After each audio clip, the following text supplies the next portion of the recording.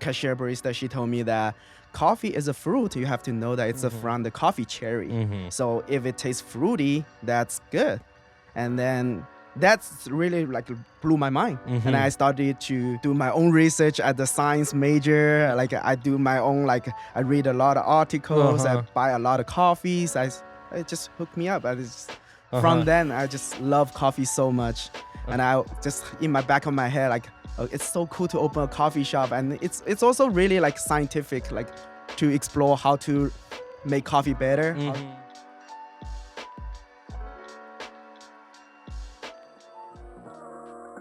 Welcome back to another episode of Central Valley Podcast. I'm your host, Micah Dialey, a filmmaker, photographer, and a dude passionate about his community. This podcast focuses on the talented individuals that make up the Central Valley of California, as well as people who are passionate about what they do. The Central Valley has gotten a bad rep, and we're here to change that. If you enjoy what we're doing, we kindly ask that you download each episode, subscribe to our YouTube, and leave a rating and review on whatever podcast app you're using. And once again, thanks for tuning into another episode of Central Valley Podcast.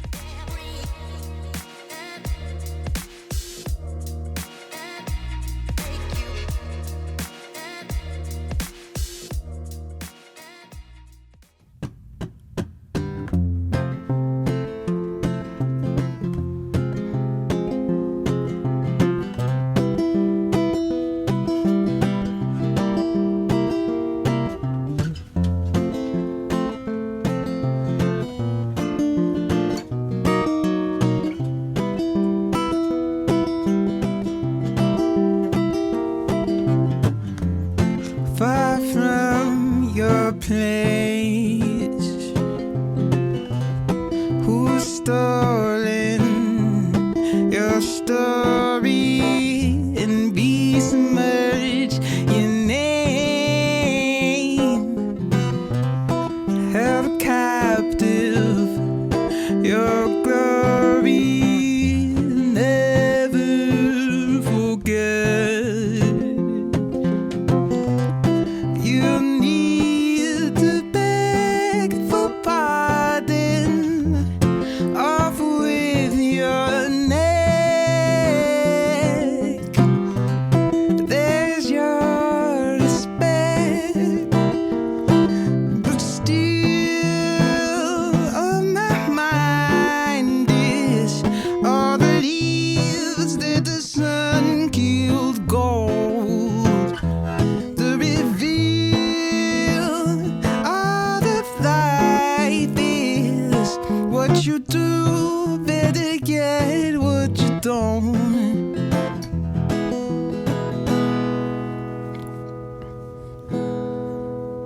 Well, it's nice to meet you. I bet you will trade your mind and your love to fatten your wallet.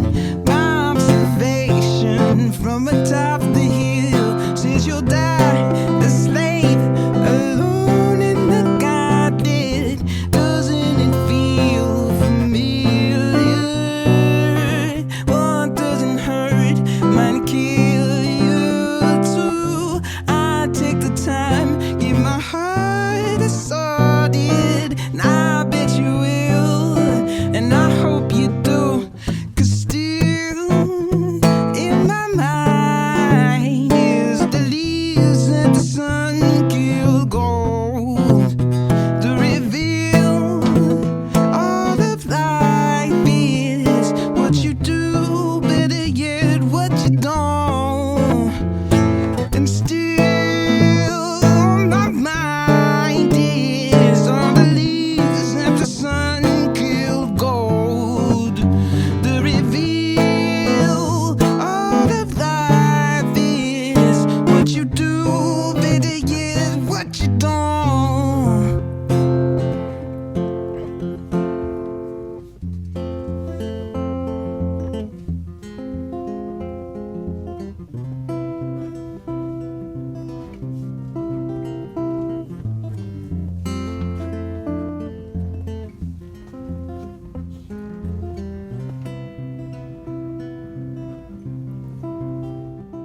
Shout out Duffy, shout out Micah. This is it. Central Valley Podcast. Hey, big shout out Central Valley Podcast. You know I had to fuck with it. Hey, shout out Central Valley Podcast. Justin, how you doing today? Good, good. How are you? Doing well, doing well. All right. Why don't you introduce yourself to people who don't know who you are? All right. Hi, everyone. I'm Justin Shen. I'm the, I would say, founder of ASIP Coffee Roasters and also the Sensory Lab. Yes, and ASIP is coming back in a new location. In new location by the Plaza of Rayleighs, if you guys know where it is. Yep. So it's under construction right now. Hopefully, like I would say September. I don't even know now. So.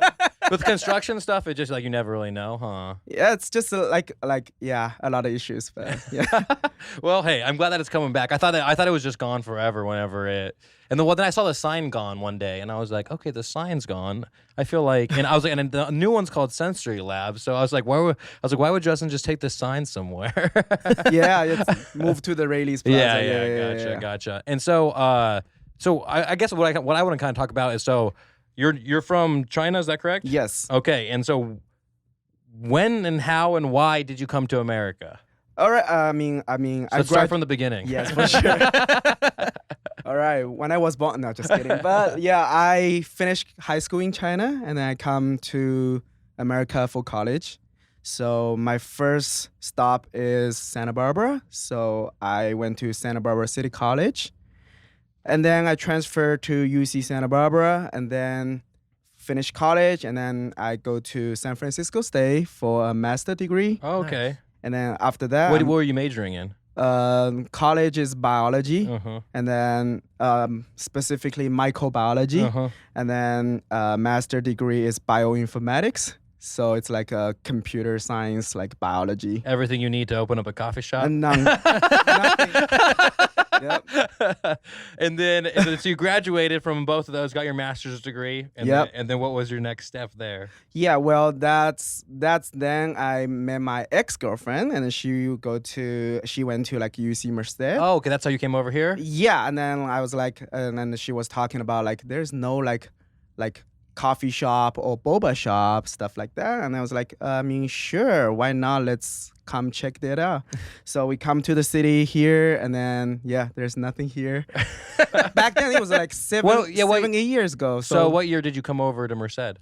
2014. Oh, okay, yeah. 14. Almost 10 years ago. Almost 10 years ago. And then stay here for a little bit, and then I think 2015, me and my family, we open up EMT. Oh, so you're MT? Oh, EMT? Yeah, I mean, I consider myself a co-founder. Is of that how it's actually pronounced? I mean, MT. Okay, that's how I say it, is MT. Yeah, the concept is just empty your soul and drink tea. Yeah. So that's empty your soul and drink tea. Yeah, gotcha. but like from the bottom of my heart, I always just want to open a coffee shop. I'm a big coffee people. I love coffee too. Yeah, I love coffee. So I think 2017, I think that's the year we opened up ASIP. So MT was first, and you MT first, and so but your family is all in China, or no? I'm sorry. Is your family all in China? Yeah, most of them. Like my parents. Everything. And so was it your idea? Like you're like, hey, maybe I should open up this boba place? Or? Yeah, it's me and my ex-girlfriend, and then we decided to like it's good to like invest. So we opened up this MT, and then but in my head I don't really like, I don't even drink boba, so I feel like in high school and like early college I drank boba. Because I think there was a couple of like Asian restaurants that would sell, or Thai restaurants that would sell it. Yeah. But like in early college, I was like, oh, boba's pretty good, and then like I literally haven't had boba in I think like 5 years. Yeah. I don't think last time I've had it. Yeah, and then later on 2017, like we just found this like location in downtown right next to the movie theater, and I was like, Starbucks, yeah, and then. It has everything there, the plumbing, electrical. We just move in basically. We save a lot of money, even though we still spend more than we expected. But we open up that one, and then since then it's been 5 years there, and then we have to re-sign the lease, and then the business was not as good as we expected. So we decided. I decided mostly I want to relocate and go closer to the UC. Oh, there's no coffee shops on that side of town either. We always want to try to open a coffee shop over there, but there's no opening until the Verizon, they decided to move. Oh, we yeah, took across, over. yeah. We took over that place. Oh, okay. Yeah. And so you're going into coffee not really knowing too much necessarily about it. Like you like coffee, but was it like a trial and error on roasting and, everything, you know what I mean? When it comes with owning a coffee shop? Well, I think it can trace all the way back to why I started to like coffee. Okay. So that was, I think, 2011. That was like the important year for me as a coffee person. So me and my friend, we went to a coffee shop. It's still there. It's called Glass in San Francisco. And I don't know what's pour over. I don't know all these like fancy coffee like method, whatever. And I was like, let's just give it a try because I always want to take nice photos, stuff like that, right? So I bought a pour over and then I take a sip and it tastes weird. I was like, how come this coffee tastes like orange juice? It's like so juicy. Like I don't know. Like is it just coffee itself or they put juice in there? Yeah. So I went to talk to the cashier, and then she told me that this is coffee supposed to taste like, and I was like, I mean, I've been drinking coffee my whole life. It's bitter. Yeah. The bitter. I thought the bitter, the better. Yeah. Right? And I always thought, because I used to work at Starbucks growing up, but I was like, like dark roast must have the most caffeine, but it doesn't. You know what I mean? You think all these things before. Yeah. So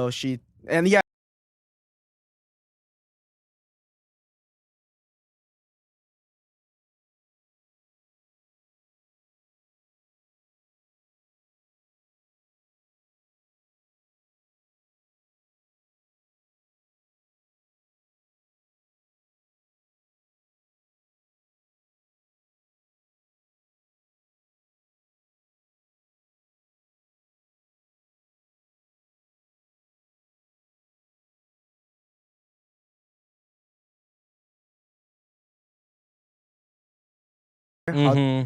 Yeah. So And roasted and everything else. Yeah. And so when you first opened up ASIP, was it, were you roasting everything yourself too? it's kind of like challenging at the beginning because I learned everything with my new hired employees. So yes, I know what machine I should buy. I talk to a lot of coffee professional peoples. I buy the good equipment, everything, but I'm still learning how to do latte. And in terms of, I bought my roaster while I only know one way to roast it. Really? It's like you know how to cook the food. I don't care if it tastes good.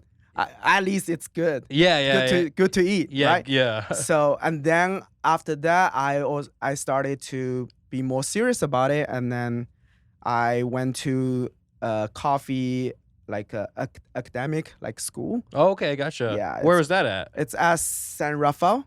Okay, San Rafael. San Rafael. It's called Boot Coffee Campus, and I meet one of the most important person called Marcus Young. Now he's working for Cropster, which is a coffee roasting program company. So he was my sort of my teacher. Like a little mentor or something? A little bit mentor, and then he teach me how to roast coffee, like the different way, different temperature, how to use the roaster properly, how to maintain the machine, everything. Oh, okay, gotcha. And then I brought the knowledge. And that was that before you opened up, or like you opened up and then you went there? I opened up while I learned. So, Hey, I like that. You throw yourself into uncomfortable situations, and it's like fight or flight, sink or swim. You know what I mean? yeah. At the same time, we sort of told our customers when we open, it's like we still soft opening, we still learning everything with you guys together. Bear with us, It's because we are sort of like a pioneer, like coffee shop in Merced. It's like there's because really, was it just Starbucks before that? yeah. There's no Coffee Bandits was the only other one. Yeah, but like a small coffee shop that roasts their own coffee. There's never heard of. Not in Merced. Yeah. Yeah. Because you used to have it right when you walked in at ASIP. Your roaster was right there behind the little gated fence, right? Yeah. And I used to be like very shy of roasting because I afraid of people criticize my roasting because I don't think I'm a professional roaster yet. But since I took the class, I practiced this and that. I also compete a lot after that. So until like one. Yeah, you've been good at coffee competitions and stuff, right? Yeah, many times now. Yeah. I Yeah. saw it a lot.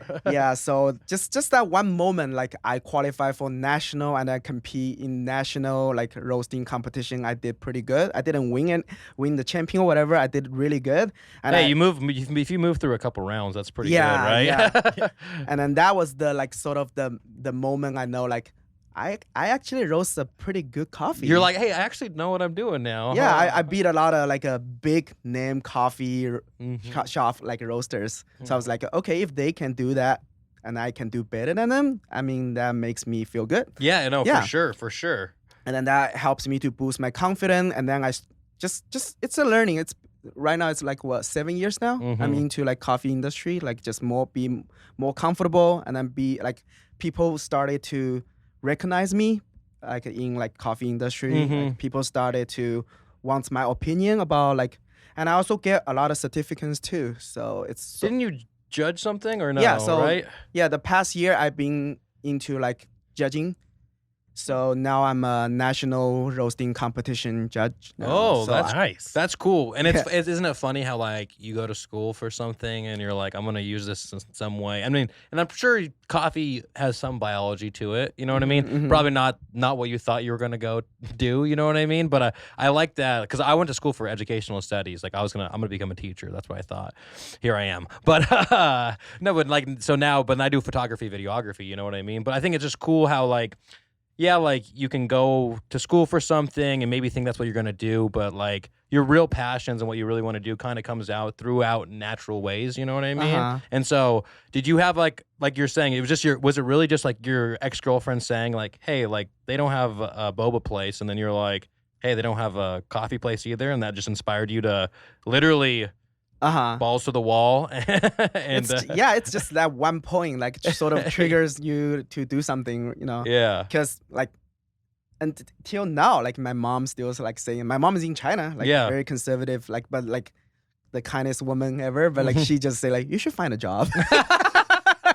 Hey, as all of our parents, you know, do, they're like, yeah, are you sure you're gonna do this? You know what I I mean? told my mom like maybe I earn a little bit more than a regular job people, but my mom said get a job.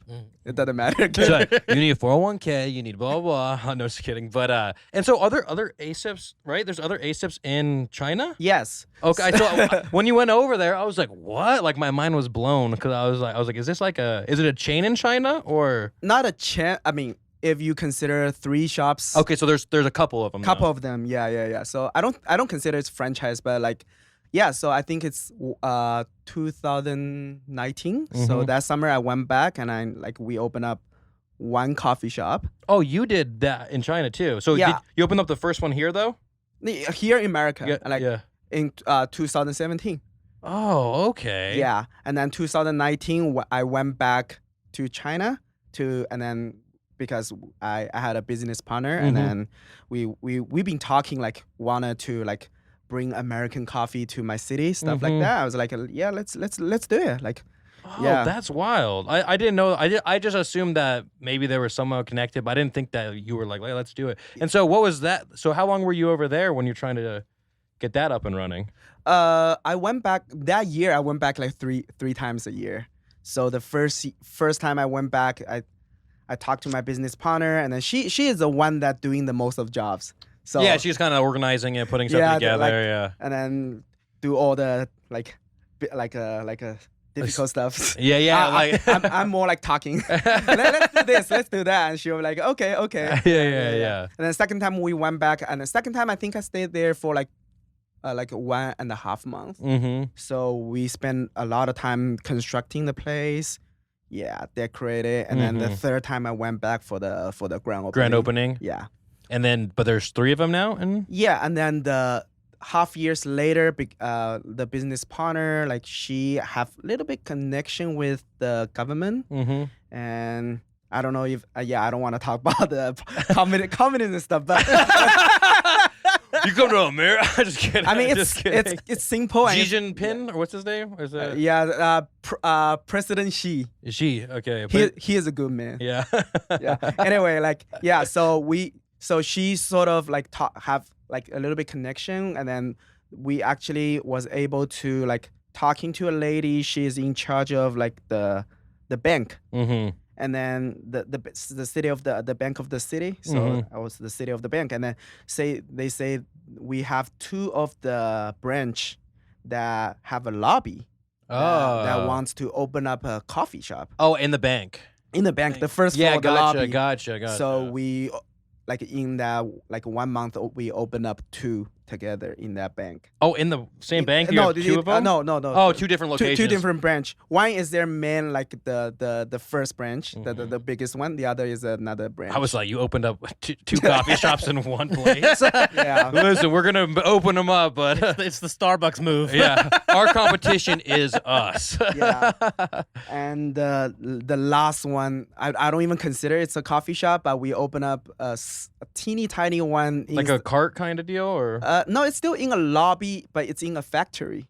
And okay. It's the tile shop called Continental. You guys probably heard of it. Yeah, like yeah. Goodyear, Michelin, Continental. Oh, so okay. They have one factory in my city, and then they want us to build a coffee shop for their employees and for stuff. the employees. It's not open to public. Yeah, just employee stuff. Like Google opens up stuff inside. Yeah. Nobody knows. Only them. Yeah. Yeah. So I consider we have 3.5 shops in China. Oh, okay. That's crazy. And then you just opened up your second location in America. I mean, it's somewhat tied to it's not ASIP, but it's tied to it, obviously. I mean, yeah. I mean, it's for sure. You know what I mean? Yeah. And so when you were, how long were you thinking about Sensory Lab before you opened up Sensory Lab? You mean how long I thought about it? Or like.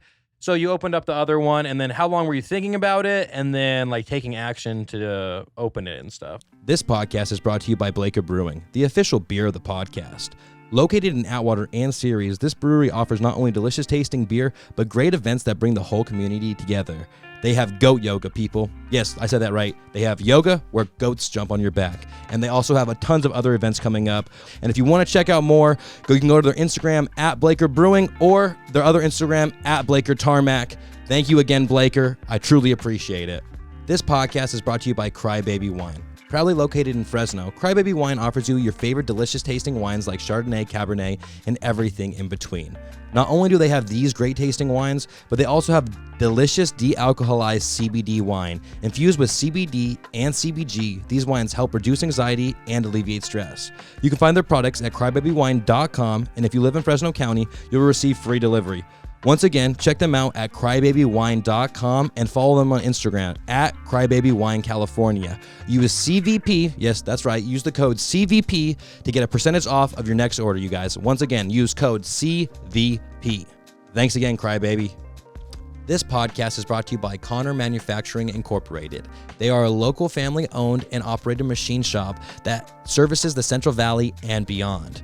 They specialize in complex parts using the state-of-the-art manufacturing processes. Now, if you are interested in using their services, you can send all RFQs through their website at www.connormfg.com. Once again, if you're interested in their services, please send all RFQs through their website at www.connormfg.com.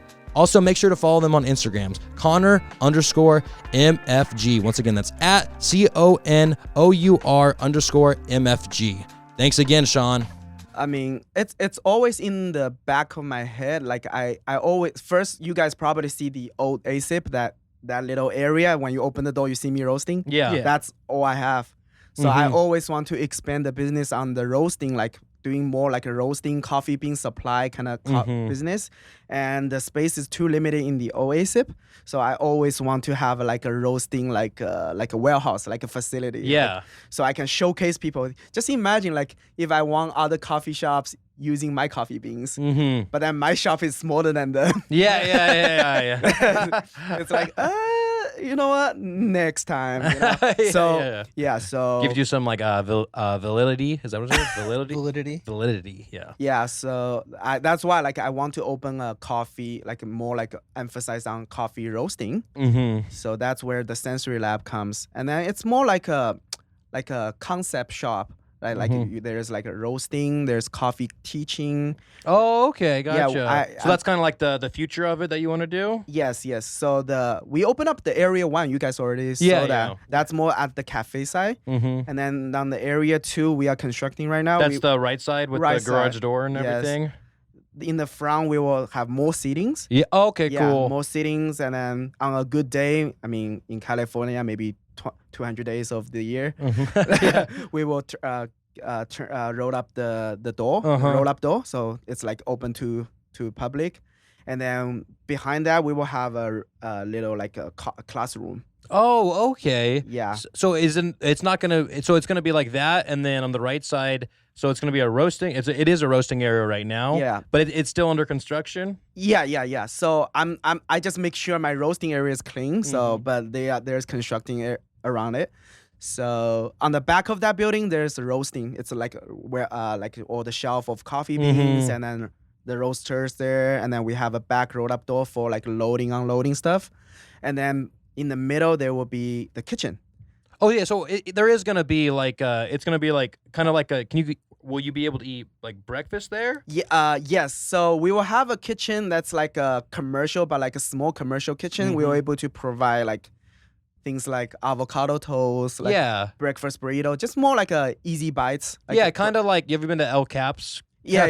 Kind of like that type of stuff where it's like set stuff that you have, but like you'll be able to kind of sit down and eat it. That's cool. And will the sitting area only be on the cafe side? The sitting area? No. Both sides.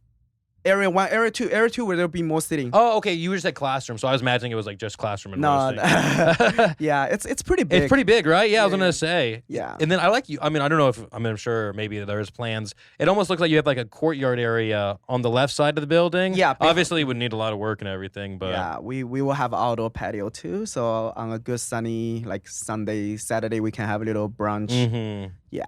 That's cool. That's really cool. And so, where were you raised at in China? It's the city called Suzhou. Try to look that up. Yeah. So we are driving. We are like an hour, like 20 minutes or 30 minutes away from Shanghai. Okay, gotcha. Yep. And what was it? I mean, out of curiosity, because I have no idea. But what was it like growing up in China? My city was like a very like I don't know. It's think about Shanghai. It's like a mega city. Mega city, gotcha. So my city is right next to it. It's like very economy wise, it's very good. So I grew up like enjoy so much in my city. Yeah. That's cool. And then so you went to school there all the way till high school, you said? Yeah, I graduated high school there and then come here for And then college. came here. Yeah. Gotcha. And any of your friends come to America, or you were just like, I think I want to go over there? The thing is, I don't have a lot of friends from my city, but I met a lot of friends in college here. Oh, really? But then not many of them stay in America because a lot of them. Were they like other people from China or? Yeah, okay. from all around the world. Yeah. Yeah, but then after they graduate, most of them choose to go back to China. So I sort of having like 1 or 2 years, I have no friends. It's like, why you guys all leave me? And then what made you want to stay in America? I'm more like, first of all, I grew up being very independent because my parents are all like very busy working. So I'm by myself. I'm a single child too. So okay, gotcha. Like I grew up being very independent. So, and then my parents don't really bother me that much too. Like even though I come to America, like all these years, my parents don't normally just give me a phone call like every week or something. That's it. So like I enjoy it by myself. And also I enjoy the freedom of being in America. And yeah, just it's easier to live in America. It's more fun to live in China. But oh, really? Yeah, because there's a lot of entertainment, better food. Yeah, nightlife is crazy, stuff like that. But here it's more easy to live. It's a little more chill or what? Like, more chill, slow pace. Yeah. Even in the bigger cities that you lived in? Even in San Francisco and Los Angeles or even New York, I still feel like it's slower pace than my city or like Shanghai. Well, how many people are in your city? Look at the population. I wonder what it is. Like, cause isn't it China like known for like? There's so many like. Did you live like in a like in like a what's it called? Like a loft area, not loft, but you know. Yeah, in a loft when I was young, Mhm.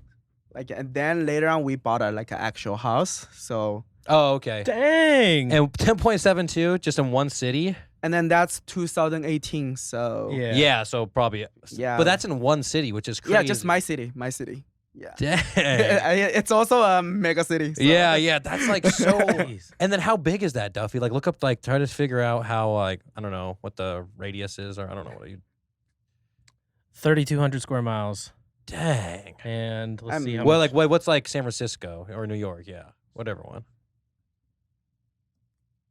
It's 46 miles. Square Okay, miles. So okay. So much bigger than It's like 80 Look up- different okay. San Franciscos in one. look up New York area, because New York's for sure bigger than San Francisco, right? Maybe yeah, not. but it's like it's another island. I don't think it's. Oh, hold on. Oh my gosh, that might be. It's massive compared to our cities, bro. It's God, like dang. it's like what? Like how many different New Yorks is that? It would be almost 10. So yeah, so New York is 302.6 square miles, and that was like 2,000 square miles. Yeah.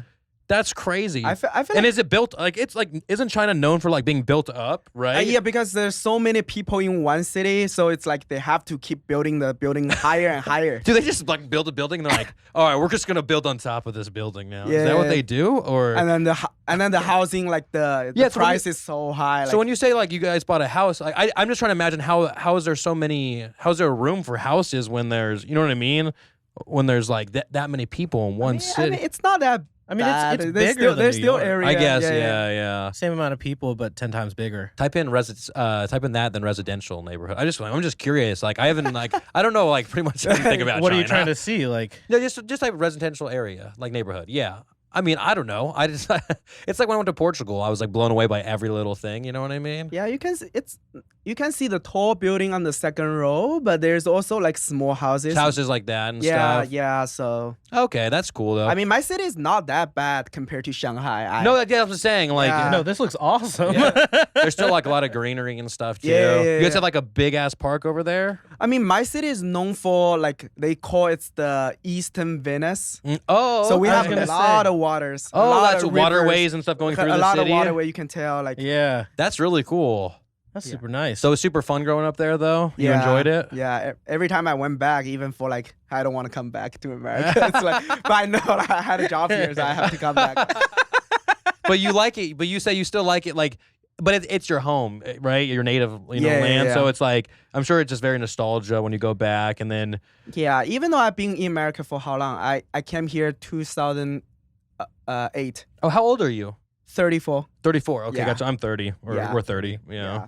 So even though it's already been like what, like, but I still like, yeah, my English, you can hear there's still accent. So Yeah. and then just I still don't feel. When did you learn English growing up? It's kind of funny. Like we learn English starting elementary school, Mm-hmm. but Oh. it's useless. over there or what? Ah, No, man. when the moment I step on the land of America, I notice the English I learned doesn't work. Oh, really? Oh. What were you learning then? Like, I feel like for writing essay, we're pretty good. Like grammar, everything, Uh-huh. we're pretty good. But we can talk. you just can't talk. Like they don't teach you like right pronunciation and stuff. You think or what? Now I think about it, all my teachers' pronunciation is pretty bad. Oh, like yeah. My English teacher. No wonder I have an accent. It's them with their accent teaching you how to speak English, kind of. Plus, the way we learn how to speak in Chinese, it's more like we reading a book. Oh, okay, gotcha. But it doesn't. It's not like a. I It's don't not know. conversational. It's not conversational. It's like, Oh, okay, gotcha. Is it more like British English or is it more like American English? elementary school, we learn British English. Uh, Oh, okay. actually? Yeah, I've been spelling like for example like color with the extra U there. Yeah. Mhm. For years until Oh, like yeah. Because that's how they spell it over there. There's a couple different things that yeah. that they do that's different. But I don't have any British accent. Yeah. So, the Chinese accent. that would be a trip, man. You come here with a British accent, we're like, I would be so confused. Where are you from? Yeah, That's cool. That's- Welcome to ASIP Coffee. Just that would be so cool though. Yeah, that would. And then, did you bring any like of your Chinese culture into ASIP at all? Not yet. Okay, gotcha. I just was, I would think that maybe, you know what I mean. So you want to though? You probably see it for the sensory lab. It's a completely different like Vibe. look. The Yeah, vibe. yeah. Look. Yeah, I'm more at this age of my life. I'm more like an admirer of the Japanese style. Oh like, yeah, well that's what I was saying. That like that coffee bag right Yeah, there. yeah, that, yeah. that looks a little more Japanese. yeah, like. more like a Japandi. That's the style, like a Scandinavian Japanese style. That's something currently I admire so much. So that's why I bring the sensory lab, the minimum list. Yeah. the Very vibe. minimalist. Yeah. Not that traditional yet, but my city have a well known of like silky stuff, silk and pearl. Like my city Yeah, are known yeah. for like pearl and silks. All these are super cool, but yeah, I haven't brought to my shop yet. Oh, gotcha. Yeah. There's always time though. Huh? Yeah, and then my dad is a good like painter. Oh, he paints. Yeah, he paints, and actually his painting is on the way. We just Oh, to over to here. my shop. So That's cool, We're gonna dude. put like those like Chinese like paintings on the wall in for area 2. So there might be a little bit Chinese A little stuff. bit, yeah. Yeah, for area 2. Yeah. That's cool. That's really cool. Your dad's been painting like his whole life. Like, is that what he does for a living? My dad has so many hobbies. Like he paint. Mm-hmm. He's like me. He write too. Like he write like Poems. poetry. Yeah, gotcha. Like I went back China this time because he published his novel. Oh, Yeah. So dang. so What was it about? about my passed away grandpa. Oh, okay. So it's very interesting because my grandpa, like, he was born, like he is like during like World War II. If you guys know about like China Japan war, yeah. So my grandpa was like underground, like a double, I don't know, double agent. double agent. Oh, Yeah, wow. he is. Oh, really? There's like a secret quote. like a spy type of. Yeah, he was a spy, but then after like after World War II, like he's basically, you know, if you're a spy, there's someone above you, like you are under him. Yeah. Only him know your identity. Yeah. But that person died.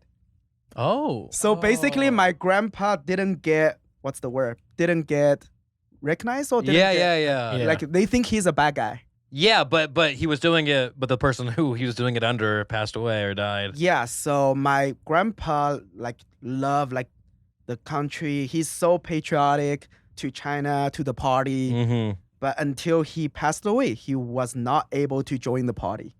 He write the application like 3 times. So that's why like this is a Especially when you're in like fighting for a country. and then you're stuff. fighting for the country, but then you didn't get like the But they thought he was- recognition. recognition. They thought he was the- Japanese, or I mean, he got recognition later, but they still think it's a bad. He's not as pure as he's supposed to. Yeah. He has that little like history that's unclear. So your dad wrote the novel to Yeah, about- set the story straight. Yeah, something like that, like just a story. Was it about like a memoir of his life, kinda? sort of, but it's also a novel, so we didn't use his real name. Oh, so is everything it kind of like based on a true story? Based on true but story. kind of fiction a little bit as Fiction. well. and also we don't want to be too specific. Yeah. We don't want to like criticize the party or whatever, causing trouble. Yeah. Yeah. Yeah. So I can imagine you don't want to do that. Yeah. So yeah, that's why I went back. Oh, like, very that's what- recently. Yeah. Because you said that was the first time in 3 years. But Right? yeah, because of COVID, like there's the restrictions. I was not able to go back. So Dang, and was that cool for like that? Was that the longest you've ever gone without seeing yeah, your the longest family? 3.5 years. Dang. I But you mean, have like cousins and stuff over there? Yeah, I have. I mean, yeah, I have cousins there. Yeah. Like me and my cousins, we are like brother sister because we are all single child in every household. That's like it's a law, right? Or no? Yeah, it's just the time, the era, like we born, like there's like a single child policy because there's too many population, too many peoples there. Yeah, exactly. Yeah. What's it's like 7 billion or something? no, that's how many people are on Earth. Oh. I think it's like 1.8. What's something billion? Yeah. Yeah, but like 1/3 or 1/4 Of the world. Yeah. Oh, 1.4. 1.4. Total is 7. Dang. So, Well, I guess you gotta do something if there's that many people. but you can see the growth. Is there like a loophole if it's like there's twins or no? Or Yeah. Okay, gotcha. And then also people who live in countryside, they can sort of. Oh, they can have more like in the more rural I land. mean, or they willing to pay the fine. The Oh, fine is okay. like crazy back then, but like some people might. Oh, willing really? to- It's like a yearly fine, basically, or something. I'm not quite sure because my family didn't risk that. Yeah. But I know like back then, like 30, 40 years ago, like countryside, like they're very conservative. They want to have a son if they have a daughter. Oh, yeah. So they're willing to pay so much high the fine just so that they can have another like kid that's a son. Oh, okay. But, you know, is that kind of like to carry on the name or yeah, what? something like that. Something along those lines? Yeah. But I don't see that often anymore. Like, Anymore, but, like it's not. 40, think about 40 years ago. Yeah, that's like when it was popular and Yeah. stuff. Oh, okay. That's interesting. Yeah. Dang, 1.4. What a gamble too. I was like, okay, maybe the second one will be a boy, and you just roll the Yeah, dice. people willing to like give everything away just to have a son. Whew. Yeah. Your parents were like, whew, got it on the first try, huh? I mean, my parents doesn't care. Like, I know, yeah. The Shens will live on. That's funny. And so, so is it just MT, ASIP, and Sensory Lab? That's Yeah, what those are your yeah, businesses? yeah. And so MT you're still owner of it? a little bit. A little bit. Yeah. Does your ex own that? Yeah. Oh, okay. A little bit, Is yeah. she still around here? No, it's her. It's her family. Oh, her family. Okay, Yeah. gotcha. Was she from America or was she from? She's not from America, but she came here way younger than me. Oh, okay. Yeah. Gotcha. Yeah, we're still friends. So Okay, yeah, yeah. No bad blood. no. Yeah. That's good. And then, so as far as like the sensory lab and stuff, when are you hoping to that'll kind of the area 2 will be finished? We are doing it right now, so hopefully, like I told my contractor, like if there's no any like drawback, I hope like we can open in September. So Oh, okay. So both of them in September. Fingers crossed. finger crossed. It's If everything goes according to plan. yeah. Right now we just say everything's soft open, but like once area 2 open up, I will host like a big grand opening, like Oh, events, okay, yeah. like a ribbon cutting stuff like that. Mhm. Yeah. That's cool. I mean, you're pretty busy for a soft opening, huh? I have a suit. I never had a chance to wear it. You gotta wear Oh man. That's why I was like, okay, hopefully the grand opening I can wear it. Did you wear? What'd you wear to our party? Didn't you wear the kind of a suit? a little bit, but not the blazer. not the blazer. Gotcha. Yeah, Did you buy it specifically because you're like, oh, on the grand opening, I'm gonna wear this. Yeah. It's like motivation. It's something you're gonna look forward to every time you go to your closet in the morning. You're like, almost. Yeah, because it's customized and I do bodybuilding now. It's like Oh, so you're like, oh my god! I can't wait to. At the grand opening, you should just break through it, man. Yeah. So Where'd you hopefully- order that from? China. So Oh, okay. it's so cool. Like there's so many like cool stuff in China. Like so for that customized suit, we went into like a RV. Mm-hmm. So when I went into that RV, like the trailer, whatever, they have a 360 cameras. Okay. I just open my arm, then they scan my entire body Oh, for your measurements? for my measurement. That's yeah. crazy. And then they have those like neon lights like going on. Uh-huh. It's like after like don't move, okay? After 2 minutes, you good? Like we have your measurements. You're good. Yeah, we are good. Yeah, that's it. Were you like, I'm gonna be so much bigger in a couple months, you guys? So account for that. I had the suit like 2 years ago. So back then, like I was like skinny fat. So now I'm like a buff. Yeah. skinny. It worked out perfectly. Yeah. Uh-huh. And so, what made you want to do like? Because you're in a prep for a bodybuilding show Sort of. for next year. For next year. Yeah. So you're, I guess, just getting in shape currently. You're not in the prep stage yet, right? I'm doing the first like bulking cutting. Yeah. So I just want to see, because my entire life I never looked like him. So the Him in body quotes, yeah. the bodybuilder. So Yeah. I want to see how I look like in like low body fat, Uh-huh. and then I will go through another round of bulking, and then after next cutting I will try to be on the stage just to challenge myself. And what made you want to do this? Just because? Just because like I'm in my 30s now, like my entire life I've been like fat, skinny fat, fat, skinny fat. So like I lost so much weight, and then like look at the camera, look at the mirror, I still look awful. Do you imagine like you was like chubby, and then when you lose the weight, you're like, okay, I'm gonna look like those like 6 packs, but you don't. You're just skinny fat. Yeah. Oh, until you go to the gym, started to do the bodybuilding stuff. So what changed for you? You're just like, I just want to do it? I also went through my breakup stuff, Oh, and I noticed like glow up, huh? break up. No, I know, but you needed a glow up. I need to glow up. Yeah. I thought you said blow. Oh, no. You're like, I said skinny fat, not fat fat. Yeah. So I just want to look different. Plus, I'm in my 30s, so there's. It's kind of like, hey, like now's the time to start taking care of myself type of deal. Yeah, but I don't want to start bodybuilding in my 50 when nothing gonna happen. So yeah. And then is Tanner your coach? Yeah. Cool. Yeah. And how'd you meet Tanner? I mean, I knew Tanner like years ago, like when I was still in the old ASIP, and then I think he's a personal trainer across the street. Yeah. Oh, okay. Yeah. He used to be across the street. Yeah, he always came over to get a cold brew because that's all he can drink. Yeah. No sugar, no milk, sugar, nothing. no Yeah. Yeah. So, and I started to go to the gym. I never went to gym my entire life. I never lift anything. So when you were like, you said you fluctuated like fat, skinny, fat, whatever. It was just from eating healthier, basically. Then? Yeah, if I want to lose weight, I was just eating nothing. Okay, sorry for laugh at that. It was just like I just don't eat. Yeah, I mean, I consider myself mentally a very tough person. Mm-hmm. Like if I want to do something, I will push myself to the extreme. Sometimes it's like not healthy or not good, but like I know I can do it, but it's just not healthy. Mm-hmm. So I never really go into the gym at all. So 2 years ago, I went into the gym, signed up Planet Fitness to start with. And then after a year, I was able to lose the weight and started to know how to use all the machine. Mm-hmm. And then I told myself, okay, now it's time to find a personal trainer to take me to next level. Mm-hmm. And I only want to find the biggest person in Merced. So you found Tanner, huh? Yeah, I see all the people in Merced. Yeah. Yeah, so I was like, Tanner's so ripped, dude. It's so crazy. His legs, dude, right?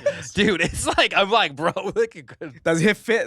He did a podcast. Yeah, with but you, right? that was at my house. That's how long ago it was. Yeah, but he was like pretty early on. But yeah, that was a good conversation too. But yeah, he's just so like, you've seen I think you saw the promo. It was like me and him. I was like, yeah, sure. I took off the shirt. A real man's physique. Yeah, I was like, this is what a regular male body looks like, and this is a male body at peak performance. Yeah.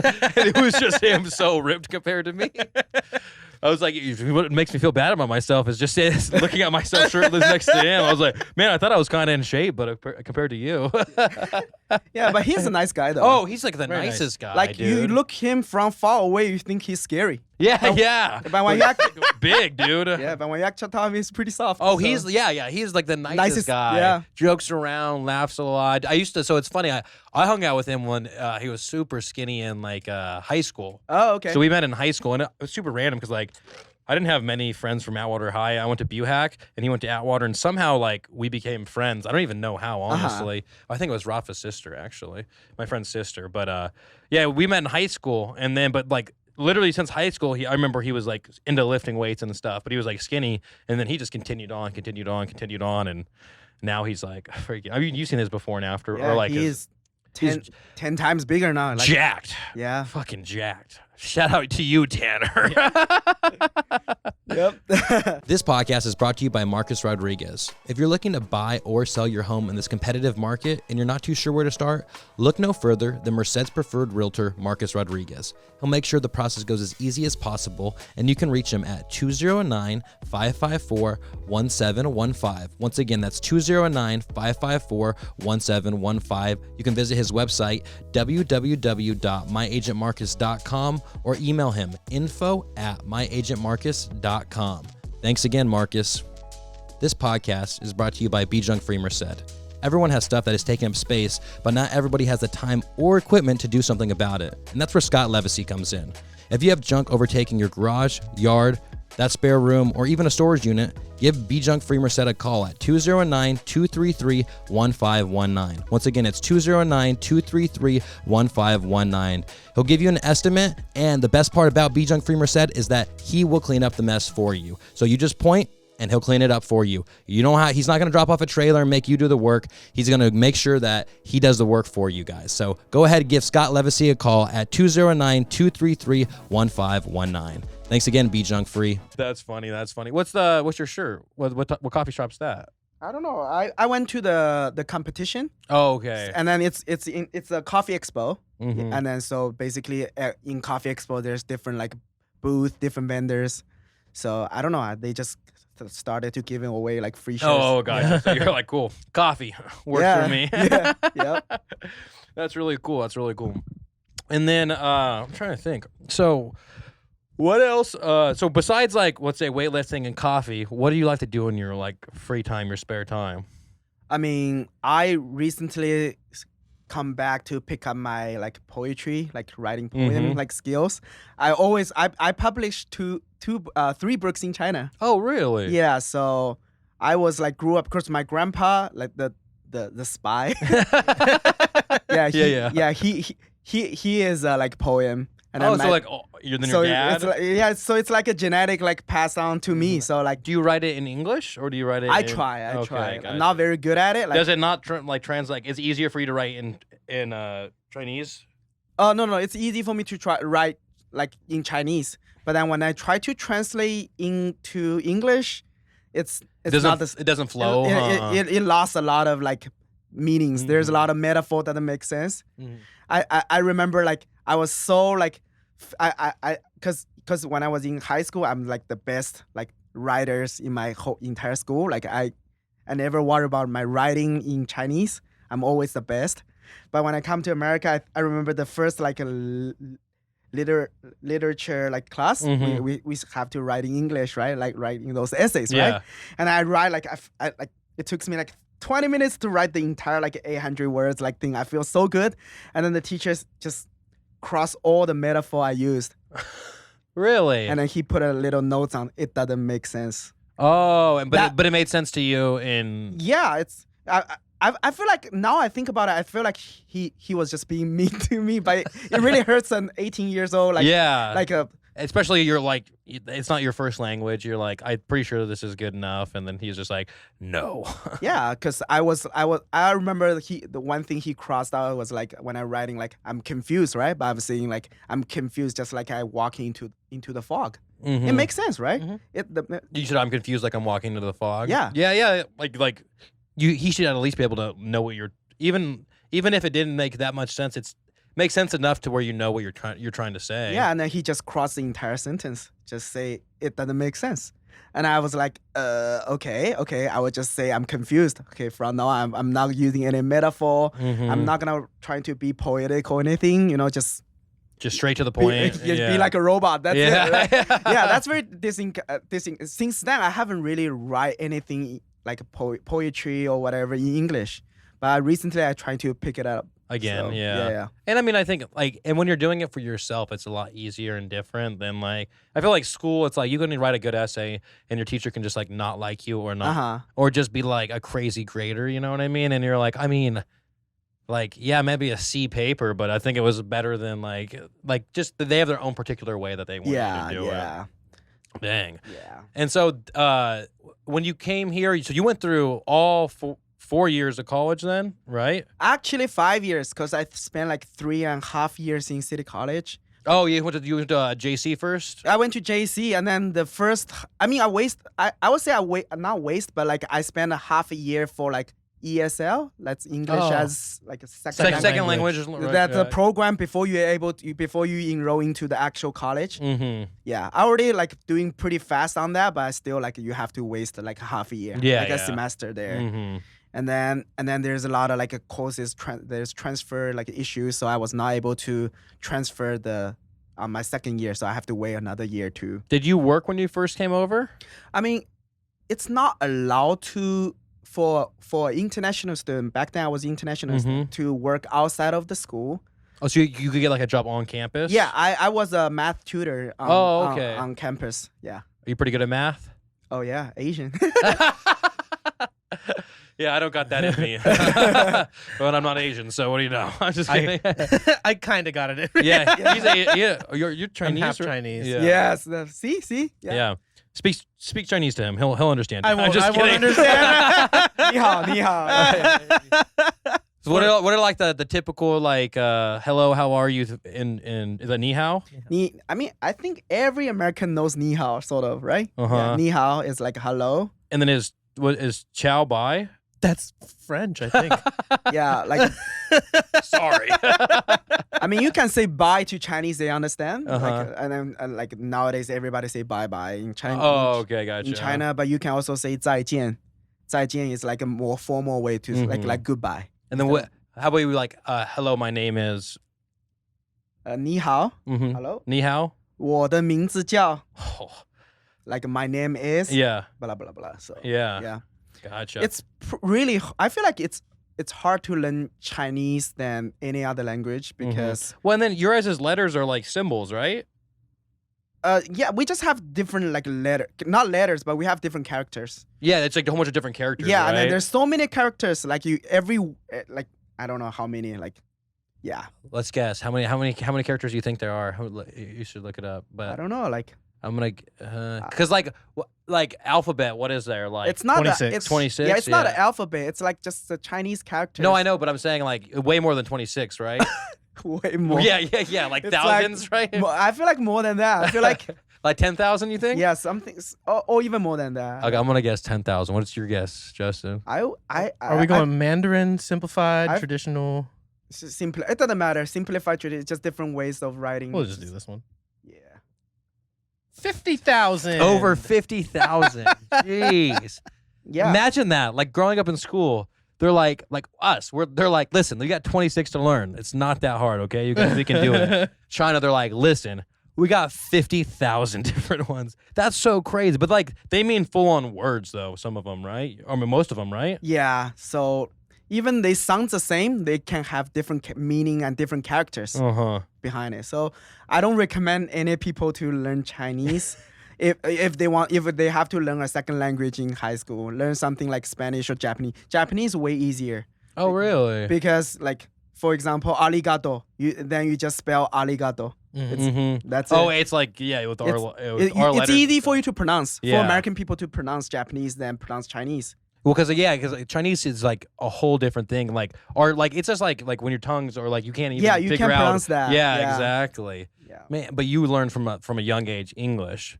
I feel like that's also helped me to learn Japanese. I learned Japanese in college. Did you? too. How many? Do you speak more than just Chinese and English? Chinese, English, and maybe a little bit Japanese. Well, Like anything else or no? That's it. Oh, I just know because like my cousin from Portugal, it's like they learned English too growing up, and then like a lot of almost everywhere else it seems like they learned English while growing up as well. Yeah. I learned Japanese in college. Oh, okay. You took a course or a class. 2 semesters of Japanese. Do you think it was easier to learn because of English or because of Chinese? Chinese? It's Yeah. easy for us to write Japanese, and then because of English, it's easy for us to speak it? to speak it. Yeah. So like Oh. it's just Have you been to Japan? planning to. So Oh, you haven't been there yet? I always want to go. Oh but no, I was saying because you said like you're like inspired by it, so I was curious. What about America? Like, where have you traveled around to? Pretty much everywhere besides the fancier cities. For example, I've never been to Miami. I always want to go. Me neither. Yeah, I What, want. I thought you went to a show somewhere. Didn't you go to like a EDM concert? Oh yeah, actually that's in Miami. Yeah, right. But you didn't experience the city of it. We don't have time to. Oh, okay. I was like, I swear, I messaged you and you were like, oh, I'm in Miami. You worked out in Miami though, right? You were working out there. I went to gym and I have to. It was like the beachside ones, right? Something like that. Yeah, that's called Powerhouse. That's their newest gym. It's so fancy that like I think it's for day pass like $40 for day pass. Dang, that's And like a monthly pass over here. The monthly is like $129 per Dang. month. But it's like a bodybuilding type gym. It's a bodybuilding type, and it's just so nice. It's like you went into those like high-end hotel. Like Yeah. you immediately notice it's different. What are your favorite places you've visited in America? I like Portland Portland. because Yeah, I enjoy Portland a lot. that for me as a coffee person, that's the birth. Oh, dude, everywhere, right? Every corner. Even in like a residential neighborhood. Yeah. Because my buddy lives like in the residential neighborhood. He's like, we can walk. I'm like, we're not even close to town. And it's like house, coffee shop. And I'm like, what the heck? Yeah, like my buddy, he's in like Poland. He told me like the recent like research say that there's over 300 roasters in Portland. Let's play another fun game. How many coffee shops do you think there are in Portland? If it's 300 roasters, I would say like 1,000. 1,000? I'm going to go 1,500. I'll take 500. $2,500. Dang. 2,500. Yeah. That's in one city. That's not like Oregon. You know what I mean? That's one city. That's And I think about Portland is not that big. no, yeah. It's like that population of Portland. So divide that by It's like one coffee shop for every like 10,000 people. Not even. No, not even. Like- 100, probably like 260. yeah. I mean, you guys are the ones who are good at math. You tell me. I was just kidding. What's the number? What's the number of coffee shops? I forgot. 2,500. 2,500. Yeah, it's like 20. 256. yeah. I was close. Yeah, so one out of so for every 256 people they have a coffee shop. Yeah. That seems like you would think there'd be so much competition there that like you wouldn't be able to, but Yeah, but then because of that, people like learn coffee so quick, and they are all like advanced coffee drinkers. they have like appreciation for it. Huh? They will come to your coffee shop more often. Actually, Mhm. it's a healthy competition between coffee shops now. Mhm. So Dang, that's crazy. What's you have a go-to one in Portland or the one that really stuck out to you? Portland. Like coffee shop that you really liked when you visited? Yeah, there's one called Proud Mary. Mm-hmm. They are Australian coffee shops, but they open a location in there, and then they serve their special like pulver, and then that's like a geisha. That's one varietal that's very more bougie, more expensive, Mm-hmm. and then a pulver coffee range from like $12 to like $25 just for a cup of coffee. But those are just coffee like blew your mind. Yeah, that's crazy. Have you seen there's this place called Mammoth Lakes. I don't know if you ever heard of it. It's like over it's like on the other side of Yosemite, basically. There's like this it's like a ski town resort. But there's this one coffee shop called Black Velvet Coffee, but they have this one thing. It's like you've seen the coffees where it's like a drip, Yeah, it's like it'll take you like 2 hours to get one cup of coffee or whatever. it's called the Kyoto. Like it's invented by Japanese people. Yeah, it's like a cold and drip. it's like a drip, right? Yep. One drop at a time, and then it slowly goes through, right? Uh-huh. They have one of those there too, but I'm Yeah. just like, it's so crazy how like no matter what it is, like coffee, it's like there's so many different ways you can brew and make coffee, but like that goes with photography or whatever you're into. There's so many different ways you can do the same thing. Yeah, it's just that's why like people like talk about like why our menu are so simple, but it's like if you talk about adding like flavor, adding syrups in there, then there's unlimited menus we can make. But in terms of like more like coffee, then there's only that many like coffee we can make. Cappuccino is cappuccino, latte is latte. Yeah. And then but we can make espresso drinks, and we can make pour over or like drip coffee type of drinks too. But there's only that many. If you just want to taste the coffee, we can change the method using different like gears, different like way to brew the coffee. But in terms of coffee itself, there's only that many ways. If you go to Portland or other coffee shops, you will see their menu are super simple. So, Yeah. It's like just like super, like it's because I think like around here it was like Starbucks was popular, and Starbucks is just flavors and frappuccinos. That's literally what it is. This podcast is brought to you by Delta Farms Trucking. They have been serving the Central Valley region for over 50 years, specializing in ag transportation and hay sales. They understand the importance of reliable transportation services within the ag industry, along with the vital role that high-quality hay plays in livestock. With their expertise in both areas, they strive to provide comprehensive solutions that meet the needs of both ag and dairy farmers. Call Spencer Vieira today at Delta Farms Trucking at 209-761-1465. Once again, that's 209-761-1465. Thanks again, Spencer. This podcast is brought to you by Thore. No, not the God of Thunder. The dude who does tattoos in Merced. Now, if you're in the Central Valley area and you're looking to get a tattoo, look no further than this dude right here. He's a versatile artist that specializes in black and gray realism. He's located in Merced at the Merced Tattoo and Piercing Company. And if you'd like to make an appointment with him, the best thing you can do is follow him on Instagram. That's @_THOREEEEE. That's @_Thore with 5 E's. You click the link in the bio, and that is exactly how you make the appointment. So thank you again, Thore, and please go check him out. I will say their cold foam is delicious, so I have to fucking give them that credit. Yes. But the cold foam, I'm like, have you guys ever thought about doing some cold foam or anything? We had a new drink called Lavender Drop. But that was like That's that? a tea. Tea, right? But we started to doing the cold foam on top with a little bit honey flavor in the cold foam. It's more like experimental. Like later on, we might use it cold foam for other stuff. like a cold brew cold foam would be good or something. yeah. But that's like, because when I was leaving Starbucks, the cold foam came out. Yeah. And I was like, oh man, this is like actually, like, it's something that I, like, every time I go to Starbucks, I'm like, I'm going to get a cold I foam. mean, people always think like I hate Starbucks or hate like Pete's Coffee or whatever. I always told them like, I don't hate them.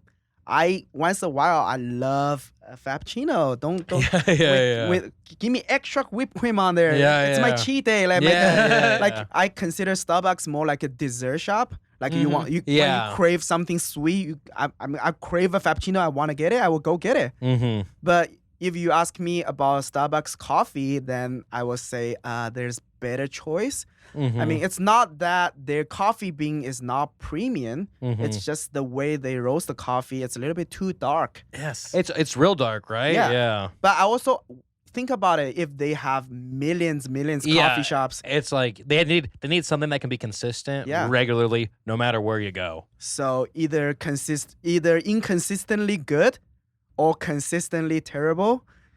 Or consistently okay. Okay. Yeah. And to the normal person and it's also like your coffee doesn't have to taste good if you're gonna add a whole bunch of sugar to it.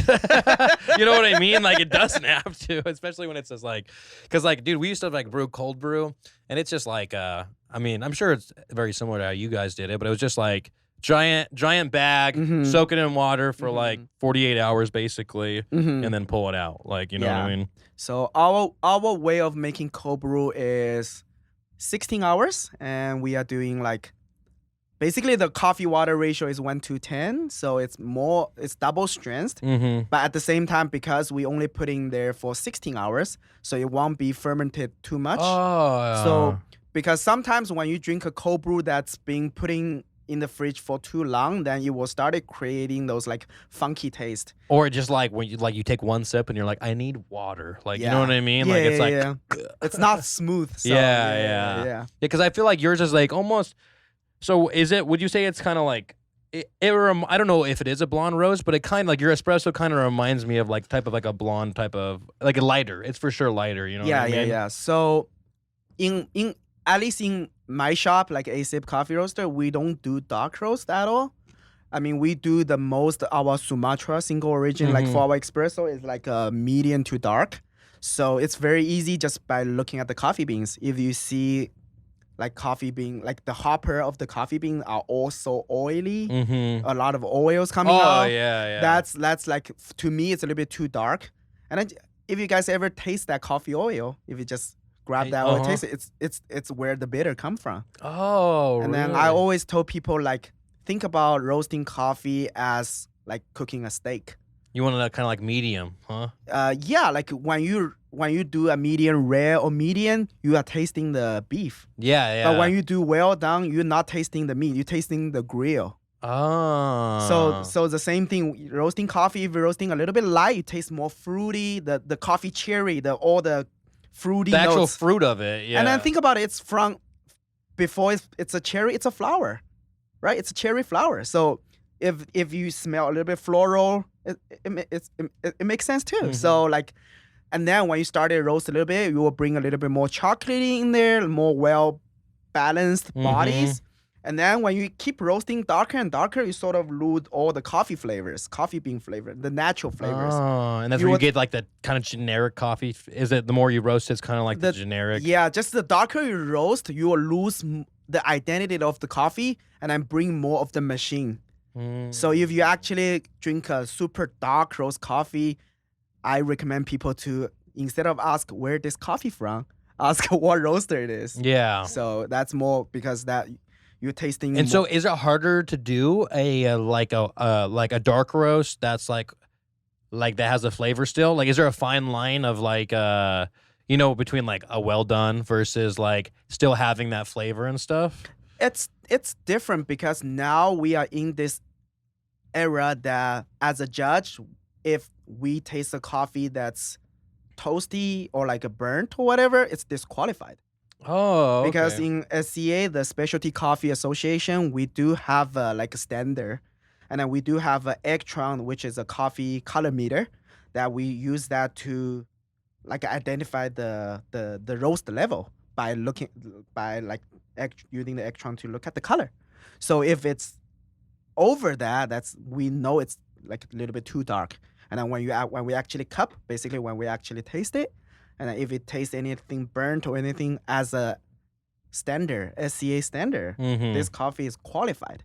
It's disqualified. But I also know there's another world of people only wants coffee to be super dark. Then they can pick up the notes from the dark roast coffee, like a hazelnut. Yeah, but so like I don't know how to like identify a dark coffee's flavor, how to pick up the flavor notes. It's like a palette that's like you have to kind of. Yeah, because the flavor notes that pick up from dark roast coffee is basically a default to us. For example, like when you buy a bag of coffee beans, like here, something a good notes like a lime, lemon rim, or like lemon peel, cherry potato, something like that. Those are all good notes. But if you look at the notes, it says like tobacco. Yeah. If it's a sweet tobacco, maybe, but there's a fine line. Or if you have a note say peanut shell. Those for us are like a default. It's like a bad. Oh, that's interesting. It's a defect. But I wonder, like Starbucks and all those bigger ones, it's like we're saying earlier, it's just probably easier to like have it be dark.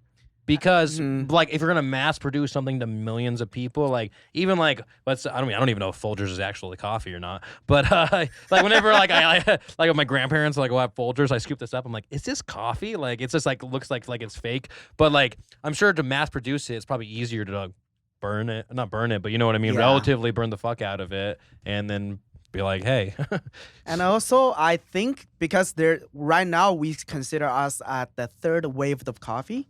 So the first wave is basically the Folgers coffee, where people started to drinking coffee in a can, like generic, right? Generic coffee. And then the second wave, thanks to Starbucks, to bring the coffee shop culture. It's like paved the way for all coffee shops. Yeah, because that's true, honestly, huh? And then think about It's crazy that Starbucks started like you guys, you know what I mean? Like Starbucks just started as one coffee shop. That's why like I never hate Starbucks. I love Starbucks. That helps all coffee shop to be where we at now. Do you know we're getting another Starbucks? I know it's actually by 7-Eleven, right? It's pretty close to my house. Yeah, dude. I was just like, what do you mean? We have so many Starbucks. You know how many Starbucks we have? We have. Let's go through them real quick. Sorry. We have the Mission Parkway that started. That one recently opened up. Childs Avenue, Martin Luther King, Olive, the one on Yosemite and Paulson, R Street. That's close to my shop, right? Yeah. And now we're opening up a 7th one.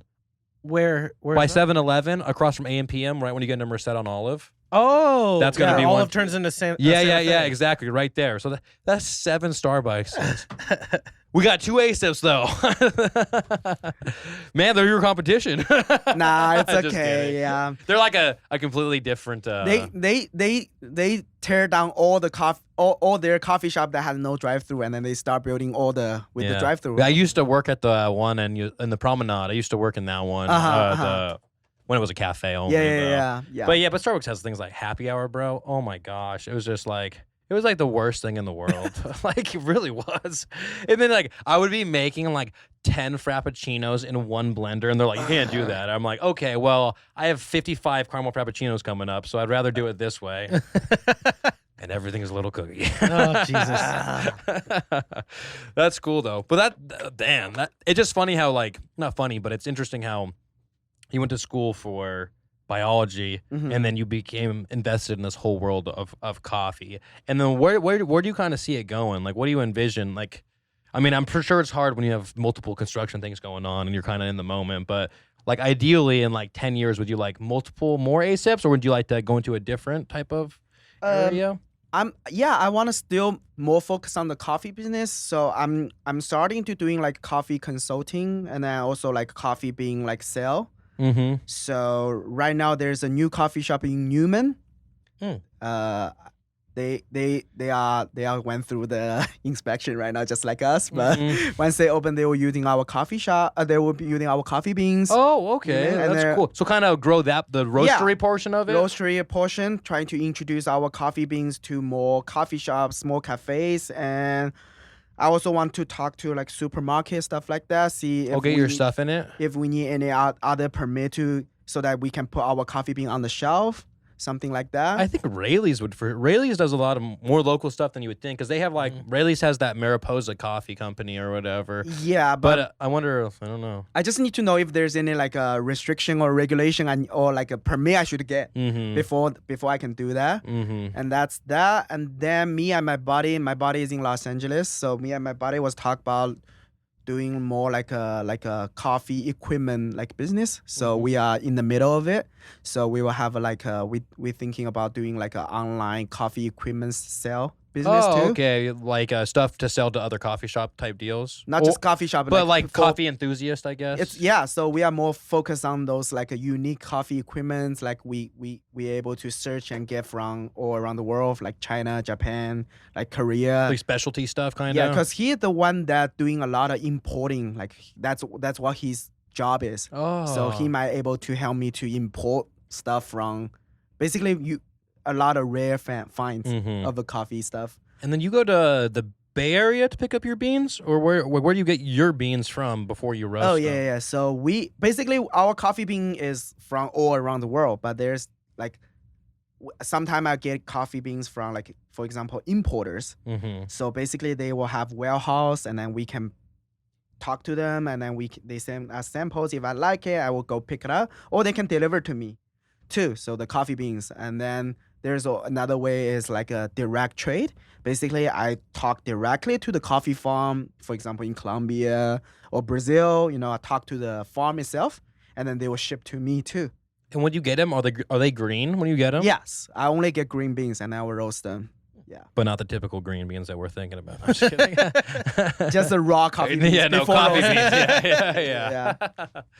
That's cool. And then, so when you're like baking the beans or roasting the beans, I should say, like if you want to add flavors, do you? Like, can you add flavors, or is it just the flavor of the coffee bean that you like that? Just the flavor of a Because coffee. you get, dude, when you get some cheap ass coffee and like it'll be like hazelnut coffee, but like it just tastes like they put like hazelnut syrup on the coffee or whatever. I think that's how they do it. Right? but- Yeah, because like sometimes it's like it'll be like pumpkin spice. I'm like, what do Yeah. you mean pumpkin spice coffee? Like this is not like yeah. But naturally you can buy beans that have natural flavors in them sometimes, just the or they have the tones of them, I guess. Yeah, so basically, as I told you guys before, like coffee is a cherry, and then depend on the terroir, depend on the harvest, everything. Like you will get the coffee that you have a lot of potential to. Is coffee the pit of the cherry? I mean, pit of the fruit? It's the seed. The seed of the fruit, right? So basically, every coffee cherry has 2 seeds. And then some only have 1 seed. That's what we call pea berry. So that's a small beans, more dense, have more flavor. But most of the coffee are 2 seeds in that 1 coffee cherry. Do you know where coffee, like how it originated? There's rumors. There's thinking the birthplace of coffee is from Ethiopia. So keep it long story short, it's basically a shepherd, bring a lot of sheep to the field, and then all of a sudden the herd. Yeah, he saw all the goats all of a sudden started to jumping around. Like had a fields. hell of energy. They're like super happy, and then he saw them eating the fruits from that tree, and then turns out later on they find out it's the coffee tree. Back then people don't know how to roast the coffee, so they just soak the coffee. it? They just either eat it. Oh, like make like beans, kind of. And then they just boil the hot water, putting the green bean in there. Oh. So and then drink the water. But so, because there's green coffee extract, right? Like at Starbucks, like there'd be like refreshers and stuff at green coffee extract, and that's kind of what that is. That could be something related to related, but like yeah, because I just wonder like, because some people get caffeine from the coffee plant, but it's not coffee. You know what I mean? And so it must be something like that, right? Yeah, Where they so boil it. Yeah, so back then, like people boil, like back then, I mean, like couple thousand years ago, people boil that. But later on, there's also rumors say they put it under the fire, and then it actually tastes like toasty, and then they started to roast coffee, and then Italian people like importing the coffee from there, and then started to create those espresso machines, stuff like that. But dang. That's wild. yeah. That's cool. And so if people want to support you, how can they support you, Justin? Where your shop's at? yeah. All right. Right now, I only open the area 1 of Sensory Lab. That's on the Main Street, 847 West Main Street. 847 West Main Street? Yes, that's my shop at. And then we open every day from 7, and then Sunday to Thursday to 5 o'clock. And then Friday, Saturday, we open till 7 o'clock. Nice. And then we are planning to open up the area 2. And then after that, we will have more seating, more patio. We will have more food. Besides pastry, we will have like hot food. And do you make your own pastries, or where do they come from? some are from local Bakeries? some are from like Cisco. So okay. like gotcha. I've been like trying to get local bakeries, but there's not many doing like coffee pastries. A lot of them doing cupcakes, stuff like that. Yeah. So if this platform can help me to reach out to more local bakers, please reach out to me. Like I love support local, and then plus if it's freshly baked, putting in my shop. That's cool. Yeah, there's but yeah, I guess that a lot of them are like you're saying. It's like cupcake cookies. You know what I mean? Where it's like you can only have so many of those in a coffee shop. But yeah, there's a few that I have in mind, but we can talk about afterwards. But dude, Justin, thank you for coming on. Yeah, I had thank a you. great conversation. We'll shake hands, and then we're gonna talk about our promo, whatever your ideas is. But thank you again, man. Thank you for having. Oh, and then Instagram, real quick. What are your Instagrams for people to follow? I have 2 Instagram. One is Sensory Lab by ASIP. Just type that. The other is ASIP Coffee Co. Alrighty. All right. Thank you again, you guys, and we'll catch you on the next one.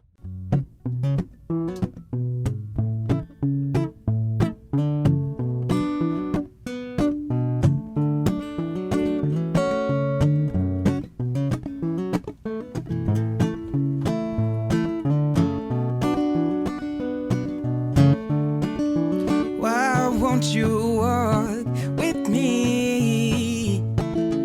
Why must I bleed for your affections? Why is it all that I see is coated in lead and misdirection? What good is my mind locked in a bone, covered in filth and then cursed with my soul? I'm just a joke in your garden, 'cause all that I grow crumbles in time and rolls away with a storm. And I'm starting to feel like you're never coming. I'm starting to feel like you're never coming. Why won't you talk to me? Why must I scream until there's no air? Why don't you say that you love me? And why must I feel like I'm the only one left? I'm just as good as my crimes are. Look low and behold that all that I'm worth is just what little I know. Guess I'm a joke in your garden, 'cause all that I grow crumbles in time and blows away with a storm. I'm starting to feel like you're never coming. I'm starting to feel like you're never coming. I'm starting to feel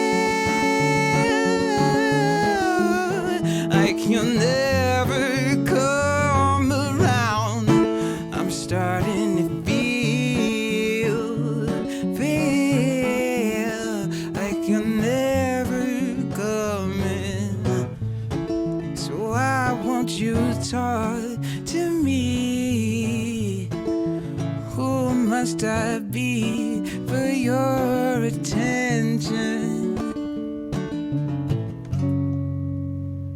Shout out Duffy, shout out Micah. This is it. Central Valley Podcast. Hey, big shout out Central Valley Podcast. You know I had to fuck with it. Hey, shout out